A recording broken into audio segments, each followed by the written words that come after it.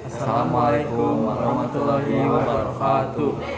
Kami dari kelompok 5 ingin menjawab soal kelompok ganjil. Nomor 1, jabarkan konsep Object Oriented Analysis atau OOA.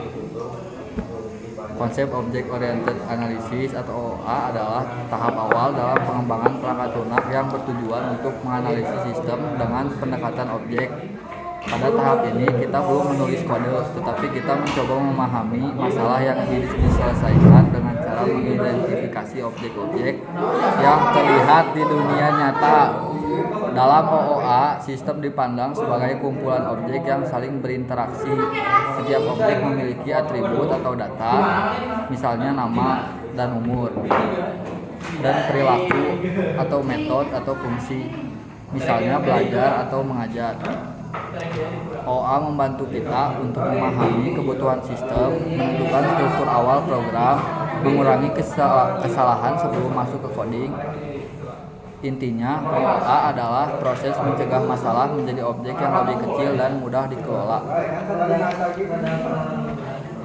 Nomor 2, jelaskan konsep dari abstraction dari OOP. Abstraction atau abstraksi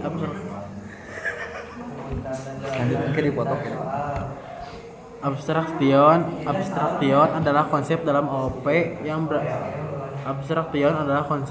OOP yang berarti menyederhanakan objek dengan hanya menampilkan bagian yang penting saja dan menyembunyikan detail yang tidak perlu. Dalam pemrograman, abstraksi digunakan agar masalah lebih mudah dipahami, tidak terlalu rumit, fokus pada fungsi utama.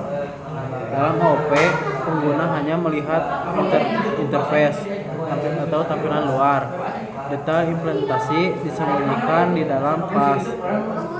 Kesimpulannya, abstraksi membuat sistem menjadi lebih sederhana dengan membunyikan kompleksitas.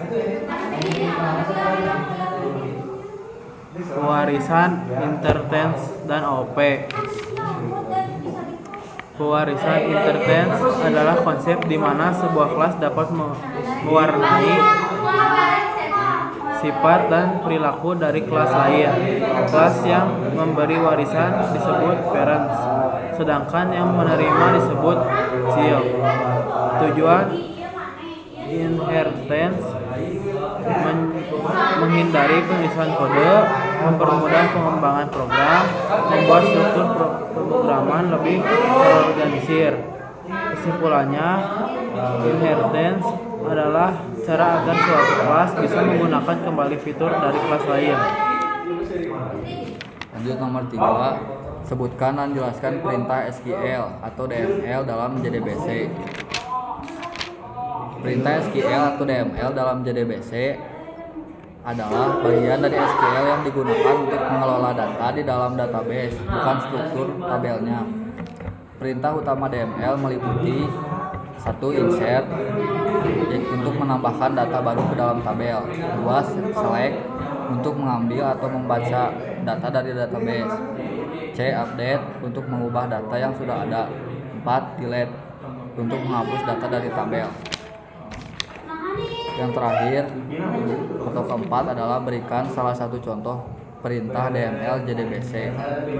Contoh perintah DML dalam JDBC adalah contoh SQL insert. SQL insert into siswa, nama, umur, values, Dava 16. Artinya menambahkan data ke tabel siswa. Sekian dari kelompok 5. Saya Dava. Saya Dipa. Wassalamualaikum warahmatullahi wabarakatuh.